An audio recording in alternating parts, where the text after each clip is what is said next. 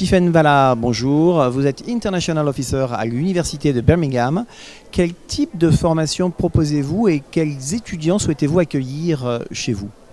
Alors, nous offrons plusieurs types de formations, donc du BTS à la licence, donc le bachelor jusqu'au master. Et nous sommes donc une université anglaise, mais qui a été construite comme une école hôtelière. Donc nous avons vraiment des programmes d'hôtellerie, tourisme, événementiel et art culinaire. Et nous accueillons énormément d'étudiants étrangers, car nous avons presque 8000 étudiants. Et c'est vrai que le type d'étudiants français que nous recherchons, ce sont vraiment des gens qui ont une envie de travailler dans l'hôtellerie-tourisme et qui sont de vrais passionnés.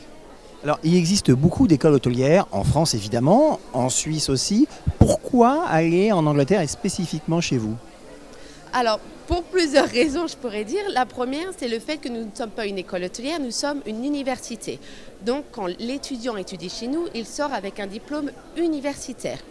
Deuxièmement, pour tout ce qui est la dimension internationale. Maintenant, on sait très bien que l'apprentissage de l'anglais est inévitable, surtout dans les métiers de l'hôtellerie et du tourisme. Donc c'est vrai qu'après 3 ans d'études en Angleterre, le niveau d'anglais est presque bilingue.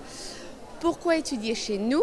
Parce que nous sommes une des plus grosses écoles basées en Grande-Bretagne, vraiment spécialisées en hôtellerie-tourisme, et que nous avons vraiment une ouverture à l'international avec plus de 400 partenaires dans le monde entier, que ce soit des partenaires académiques que des partenaires du monde professionnel.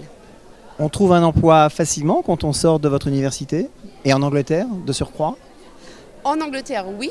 Sachant par exemple à Birmingham, on a moins de 5% de chômage.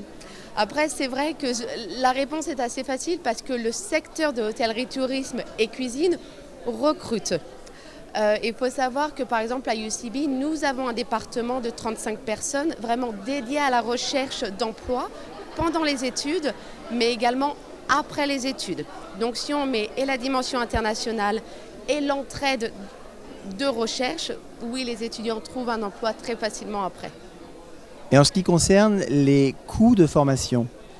Alors, il y a 2 choses à savoir. C'est que les études en Angleterre sont toujours payantes, même dans une école publique. Donc vous êtes aux alentours en euros à 10 500 € à l'année.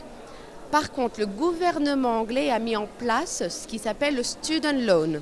C'est comme un prêt étudiant, mais délivré par le gouvernement. Donc l'étudiant ne paye pas ses études quand il arrive en Angleterre.